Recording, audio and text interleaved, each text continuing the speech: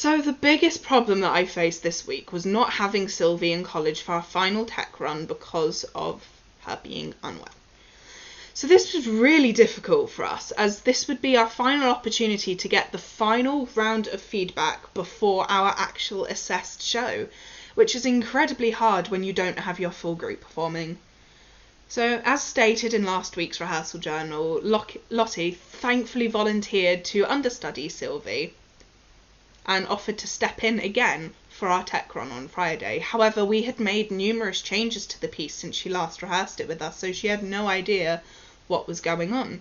This meant that during our run, I needed to keep prompting Lottie on what she needed to do as subtly as possible, just as this was our final chance to ensure that all of the cues and then all of the actions were correct and as they needed to be.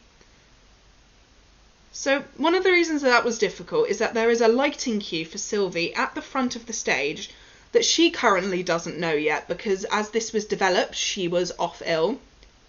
and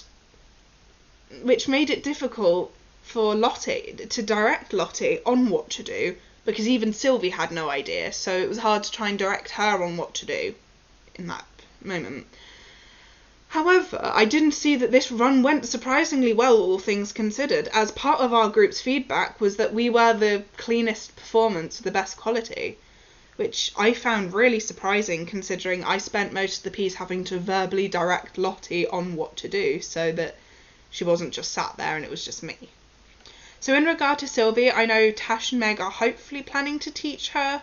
everything that she has missed on Monday whilst I'm off, and we will all hopefully find a spare minute Tuesday morning to run through it to ensure that she is caught up and ready.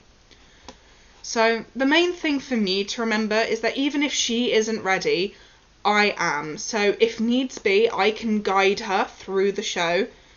and I won't be at a hindrance as I know the piece and I wouldn't be the one making any mistakes, so my assessment wouldn't be